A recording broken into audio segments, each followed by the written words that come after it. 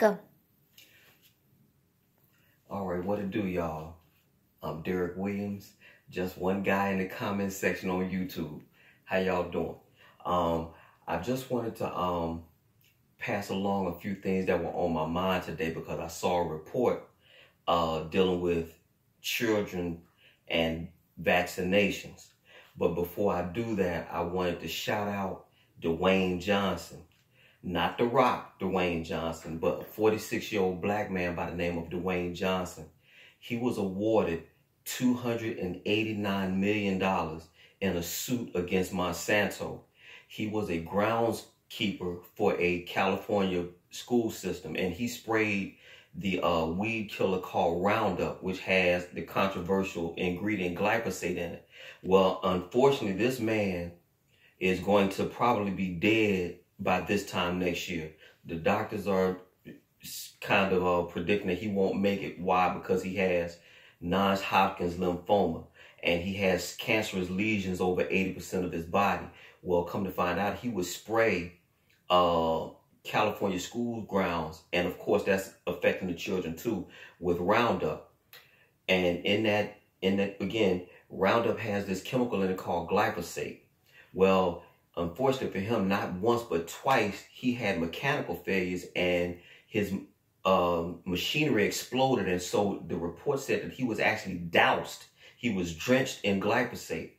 Well, he was awarded this settlement, and it's a record. And this should start the ball rolling for other people to come out to sue and get rewarded from Monsanto for all the bad stuff that they've been doing. So shout out to Dwayne Johnson, and I hope his last days are as comfortable as can be made possible. Also, I wanted to talk about these two young ladies in American Samoa, a U.S. territory. And I have a report here, and it says Samoa has seized all MMR vaccines after the death of 2 toddlers. You had one child that was immunized. I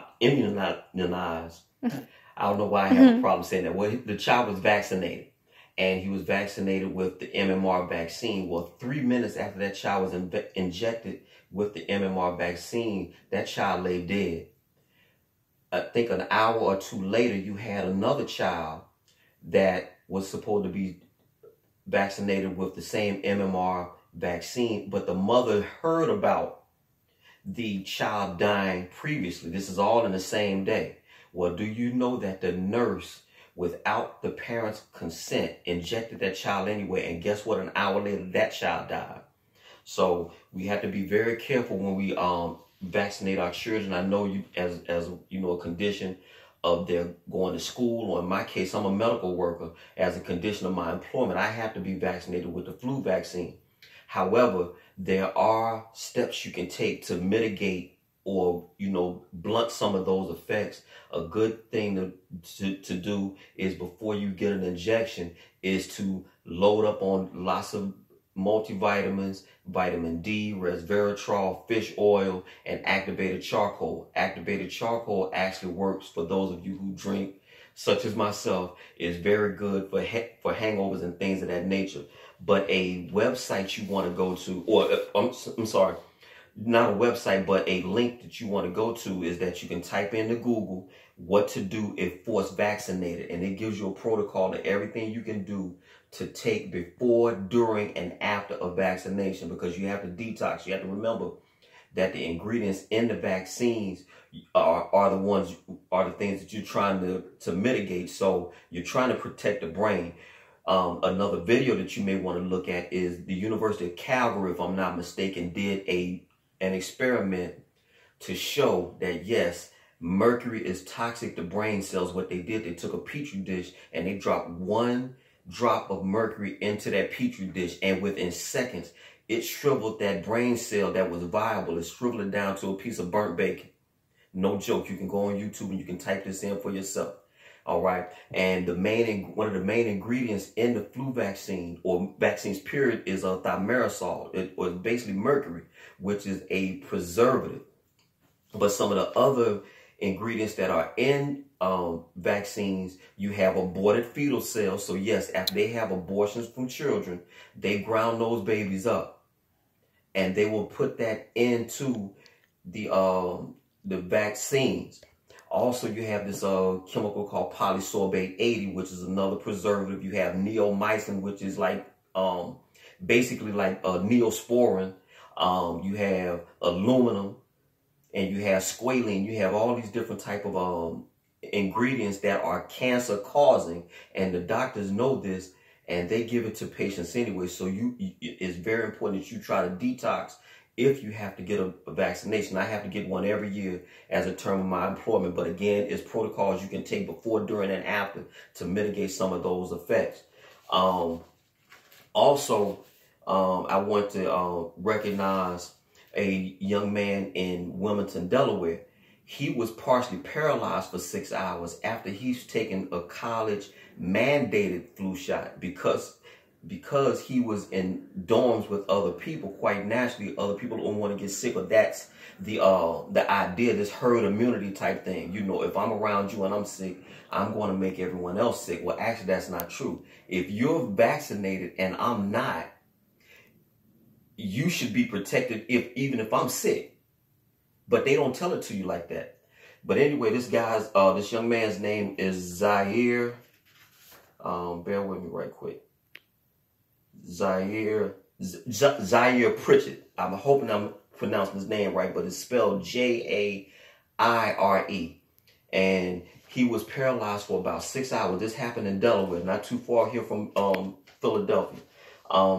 And this takes me to one of the last things here that's really kind of scary when you stop and think about it.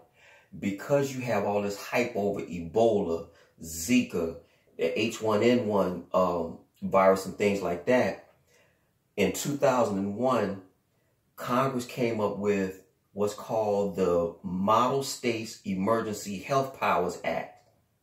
This is law, and everyone in all 50 states, and I would assume U.S. territories, are subject to this as well.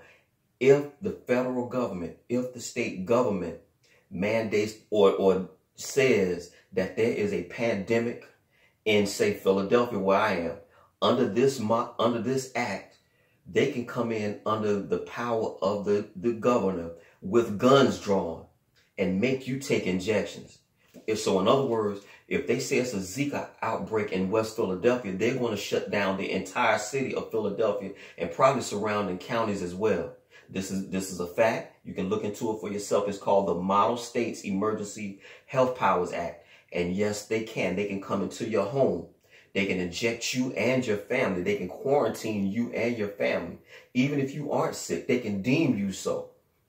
So you want to look into that. And the ACLU did a report on it, and they were saying that this was a vast overreach because it actually, in theory, it could be used to punish people. So you may want to look into that. My last thing I wanted to say before I close, I wanted to recognize, oh, it's cold in here. No, psych. I say that when I want to recognize my peoples in the chat room. That's Addie Frost. Shout out to her. Shout out to my man Kenneth Tyner. And I want to make an apology on YouTube. I had a little situation in the comment section with a guy, and I said some things that I shouldn't have said. He goes by the handle of Pout Netter, but he was a bigger man, and he came out and said that he was sorry for the things he said. So I wanted to go on video to tell Mr. Pout Netter, not Sa Netter, but Pout Netter, that I apologize for some of the stuff that I said in response to him. It was just a misunderstanding. My man, salute to you. And again, y'all take care of yourself physically and mentally. I'm going to come back at you in a little while with a calisthenics routine that I do to help with fat loss, strengthening the body, and things of that nature. So I'm going to see y'all in a minute. And again, Greenville, Mississippi till I die.